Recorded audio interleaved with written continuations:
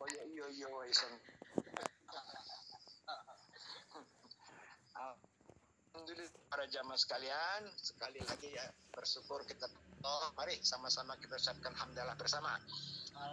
Alhamdulillahirrahmanirrahim.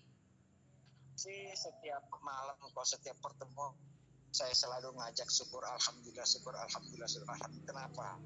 Allah sangat suka, Allah sangat senang ketika kita selalu bersyukur alhamdulillah, alhamdulillah dalam posisi apapun Allah senang ketika kita insya Allah dengan bersyukur memuji padanya.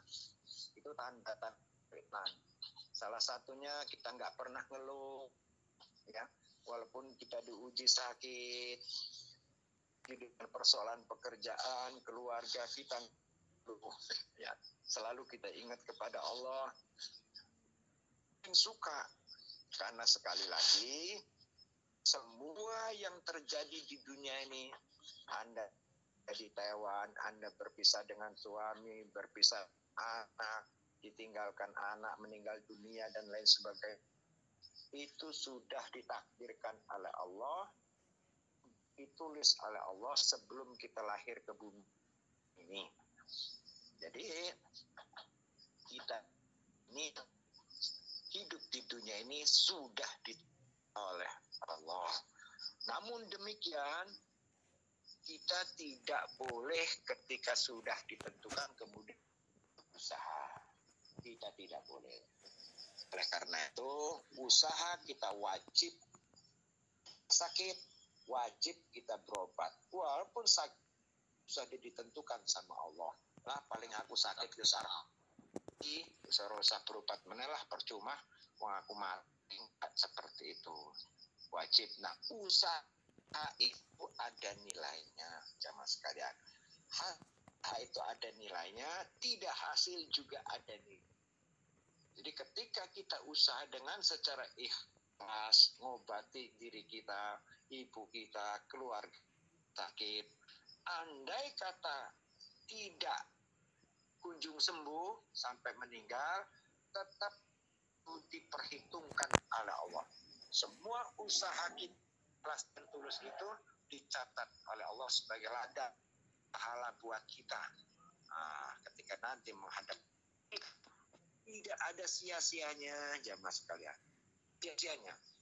Contoh, ketika kita tinggalkan anak meninggal, ditinggal suami, ya, suami ini bojo meneh, coba sampai sing golek duit dikirim kenang sing tekan lanang nggih bojo meneh. Kira-kira jengkel enggak seorang perempuan seperti itu? Seorang istri jengkel tidak? Jengkelnya masih tambahin, jengkel banget. Jengkel banget, kedewaannya luar biasa. Nah, pertanyaan saya, siapa yang pengen perempuan dikecewakan seorang suami, atau sebaliknya seorang suami dikecewakan seorang perempuan? Tidak ada yang kepengen, betul? Tidak ada yang pengen. Ketika sudah terjadi, apakah lantas wah itu bojoku nang omah lagi selingkuh, apa aku ora iso selingkuh? Nah, aku ya iso nang kene selingkuh karo wong lanang. Tentang karo Mbah Surip, wih foto jret, kirim nang sing lanang. Akhirnya panas-panasan. Apakah harus seperti itu? Tidak. Nah, kalau sudah terjadi harus seperti apa? Ingat, kita tidak inginkan seperti itu. Maka kita menangislah, kembalilah pada ya Allah. Kalau memang itu sudah takdirmu, kami ikhlas atas ujianmu. Nah, permasalahan ini bisa atau tidak? Kita seperti itu kepada Allah, curhat seperti itu kepada Allah. Dan rata-rata, mohon maaf, rata-rata sebagai manusia biasa yang imannya ngajinya sing urung tenanan, kaya ya. Nah, betul.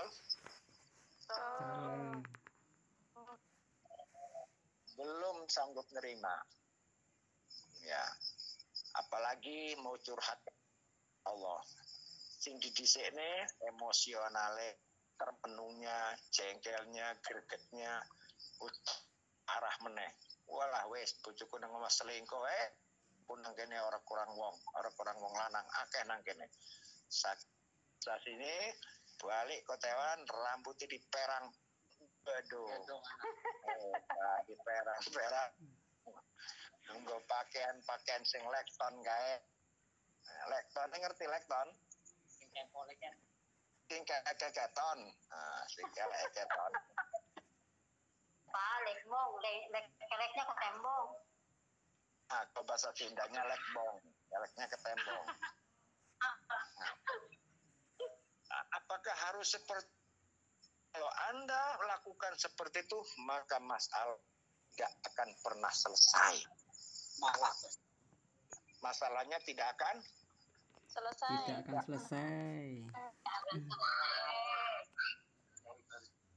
Tahu dari rahmat Allah yang ada jegel. Nah, sudah seperti itu siapa yang senang? Iblis. Yang senang. Kata iblis, nah sudah menang 1-0. Sudah menang 1-0. Kata iblis. Nah, kalau kita terus seperti itu, maka Anda tidak akan pernah bahagia. Ustaz, nggak kuat. Saya kerja bertahun-tahun, uang dihabis oleh suami. Nah, buat itu, ini buat itu. Itulah punya hidup ini mendekat kepada Allah. Yang kedua perlu ilmu. Yang ketiga perlu komunikasi. Silaturahim itu penting. Komunikasi itu penting. Nah, jadi jangan ketika di rumah ada masalah, kemudian kita langsung telan begitu saja. Karena kita tidak tahu kan, nah, seharusnya kita berpikir secara cerdas dulu, secara sehat. Pikir apakah benar, ya bisa ngomong seperti ini, apakah benar, seperti ini kita hubungi orang-orang yang sekitar kita, ngomong, tanya kabar, kewarasan, kesehatan, seperti itu. Supaya apa? Tidak terjebak. Supaya tidak terjebak. Jadi karena itu yang perlu saya sampaikan saat ini kepada teman-teman sekalian, sekali lagi tidak ada orang yang tidak percaya, tidak ada orang yang dikhianati. Ya, sebentar Pak Ustadz. Sebentar Pak Ustadz. Iya. Ya, ini tempatnya Mbak. Bentar. Dimuter dulu. Mbak Meli. Mbak Meli. Halo Mbak Meli. Mbak Meli.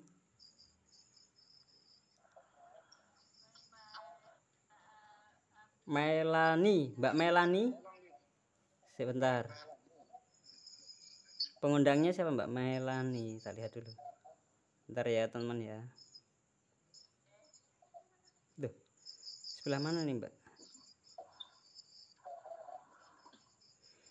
Mbak Melani. Halo Mbak Melani. Halo Bu Suripa. Ditelepon.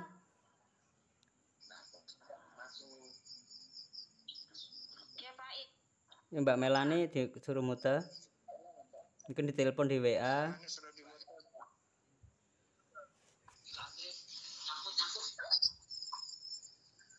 Tempatnya Mbak Melani. Dimuter dulu. Oh ya, sudah Pak Ustadz, kayaknya tenang.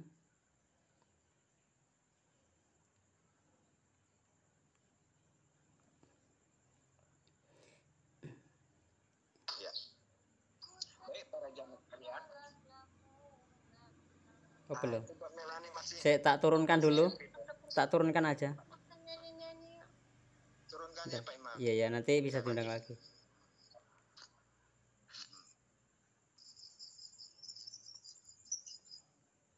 Melani sih. Loh, nggak muncul namanya.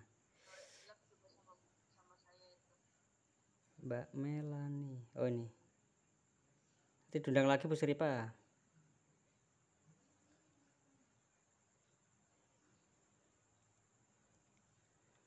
Iya. Sudah Pak Ustadz, monggo Pak Ustadz. Ya, terima kasih Pak Imam. Baik, jamaah pada hari ini saya akan bacakan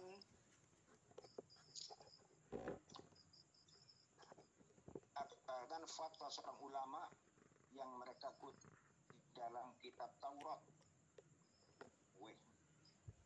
Dalam kitab Taurat. Jadi ternyata kitab Allah itu mulai Taurat, Zabur, Injil, Al-Quran itu semua mengisahkan pun memberikan nasihat pun tidak ada dalam kitab-kitab suci Al-Quran itu yang menyengsarakan terhadap pemeluknya. Dalam kitab Taurat, Taurat hadhil mawa'id sab'ah wal isruna, tertulis di dalam kitab Taurat, di dalam kitab Taurat itu Nabi siapa? Kitab Nabi, kitab Taurat, kitab Nabi Musa. Kalau Zabur itu Nabi Taurat itu Musa, Injil Nabi Isa, Al-Quran Nabi kita. Dalam di dunia ini hanya ada 4 teman-teman. Kitab yang disebut kitab suci itu ada 4. Karena ada kitab, ada suhuf. Ya. Kalau kitab itu kumpulan wahyu-wahyu Allah yang kalau suhuf itu kumpulan Allah sifatnya sedikit. Nah, seperti Nabi Ibrahim itu kitabnya adalah suhuf, namanya suhuf. Ya, tidak banyak. Nah, di sini diterangkan dalam kitab Taurat ada 17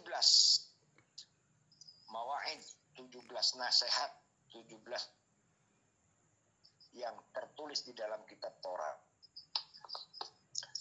Yang pertama, zawada fid dunya soro yaumal habibullah yaumal kiamati habibullah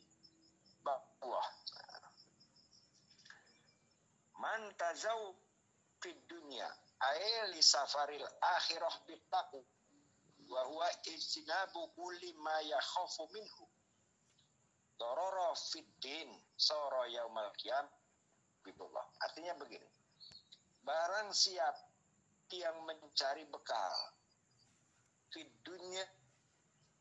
dunia bekal untuk akhirat didasari bitakwa dengan takwa. Cari bekal di dunia, entah kita buruh, pembantu, pengusaha, dagang, karyawan yang mereka cari rezeki di dunia ini, tapi itu bukan tujuan, tapi semata-mata tujuannya adalah akhirat, bukan dunia. Makanya jangan salah niat. Anda pergi meninggalkan rumah, meninggalkan negara Anda semua, keluar. Ketika Anda mencari rezeki, jangan Anda mencari rezeki untuk kehidupan. Karena kalau salah niat, maka Anda akan rugi.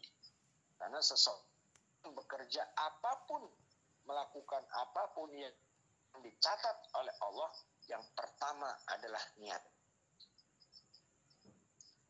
Aku pokok lungo kok umah iki pengen bangun umah wapi. Betul-betul, apa salah tidak? Nah, Anda hanya semata-mata niatnya seperti itu, maka ketika Anda punya rumah baik, dan itu tidak akan jaminan rumah itu akan bisa ditempati dan bisa menyenangkan hati Anda. Kalau niatnya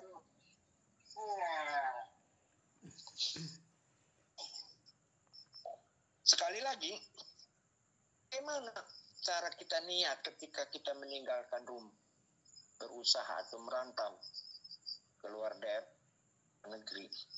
Maka niatnya saya mencari rezeki, meninggalkan rumah, meninggalkan negara saya semata mencari bekal akhirat. Nah, kalau Anda sudah niat seperti itu, maka dua-duanya Anda sudah mendapat keuntungan yang besar. Nanti apa? Kesuksesannya dia. Anda sukses di dunia.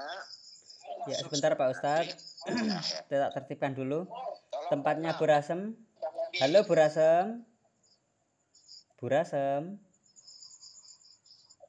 Halo Bu Rasem. Bu Rasem. Ya. Dimotor dulu Bu Rasem. Nah, sing dirawat emak-emak. Ya, Bu Rasem jeung kakek kayaknya. Ya. Ya, lanjut Pak Ustadz. Pak Ustadz. Ya. Kasih Imam. Saya lanjut. Man tazawwada fid dunya, barang siapa yang cari bekal di dunia untuk keperluan akhirat dengan cara jalan takwa. Soro yaumal qiyamah habibullah mak. Di hari kiamat nanti jadi kekasih Allah.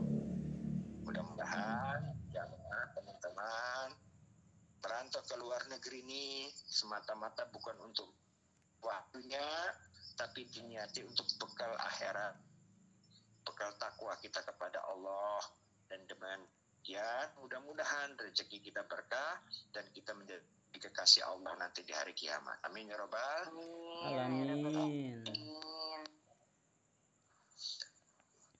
Itu yang tertulis dalam kitab Taurat. Yang kedua, yang tertulis dalam kitab Taurat, man tarokal ghobba soro fi jawarillah ijillah. Barang siapa yang meninggalkan, yang bisa menahan emosional, bisa menahan sabar marah, maka akan menjadi hamba Allah yang bijak, yang selalu ada di Allah. Nah, ini teman-teman yang paling berat ketika kita menahan emosi.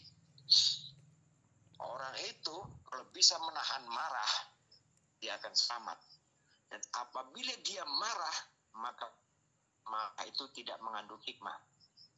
Wong marah, omongane bener pun orang, salah pun apa?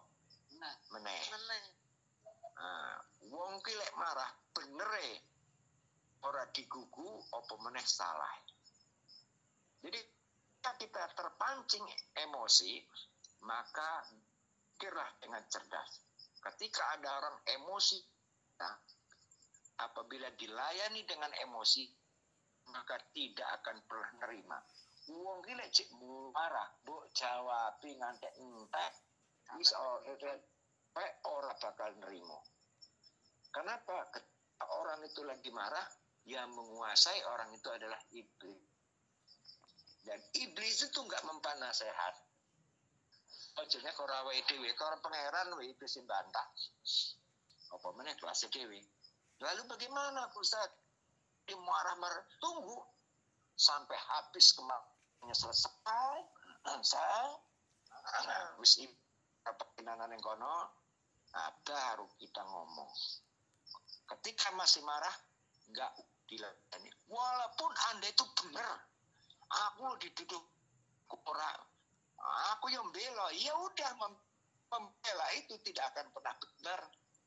Kalau orang yang menuduh Anda di posisinya marah-marah, enggak akan benar. Ngomong api ya sampai salah, ngomong eleh ya salah. Ujung-ujungnya nanti akan terjadi perang fisik. Nah, yang senang siapa? Iblis. Nah, sampai perang senang iblis. Nah, menahan itu, kata dalam kitab Taurat, tahan emosi kita, sabar sementara. Ngalah bukan berarti kalah. Ngalah adalah jalan untuk mundur selangkah. Mundur bukan berarti kita kalah. Mundur adalah strategi untuk menang. Dan apabila kita bisa menggunakan akal pikiran kita dengan sehat, insya Allah kita akan selamat. Dan apabila kita bisa menahan emosi itu, maka di dalam kitab Taurat kita akan menjadi damping di sisi Allah Subhanahu wa taala. Senantiasa ada di bawah. Nah, itu para jamaah sekalian. Makanya para wali-wali Allah, kekasih-kekasih Allah, saya belum pernah mendengar riwayat Nabi, kekasih Allah ataupun wali-wali yang ada di tanah Jawa tertulis itu ada seorang wali marah-marah, ngubrak-ngabrik wong judi, ngubrak-ngabrik wong sambung. Belum pernah ada cerita. Padahal tantang para rasul, para wali itu luar biasa. Tapi nggak ada yang marah ngamuk-ngamuk itu, nggak ada. Lawan dengan kesabaran, dengan penuh rahmat. Apapun mereka bahasa yang nggak enak didengar. Nah, itu orang buat. Nah, ketika marah kita marah ya kita sama. Sama aja, nggak usah.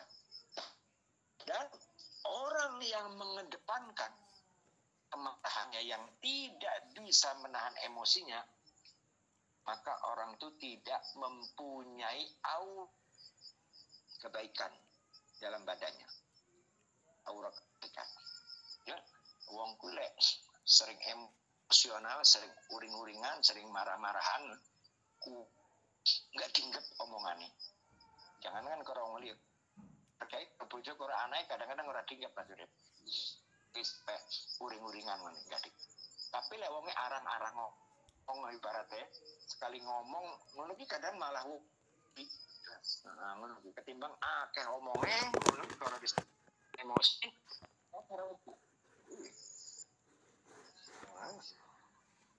jadi wong wit pang-peng-pong ora aneh mungker kuwi ana apa yang kepala semama wis bendina ngono kuwi biasa turun.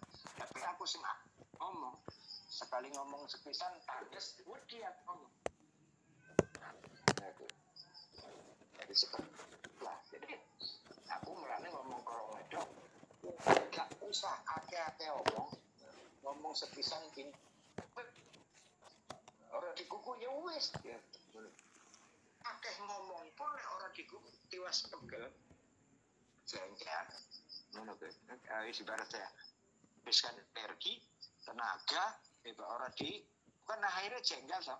Wis gak usah akeh pisan pindho wis orang ya wis. Ngono wis. Aku ngono ki kalau nggak ada ngomong. Cuman aku sekali ngomong.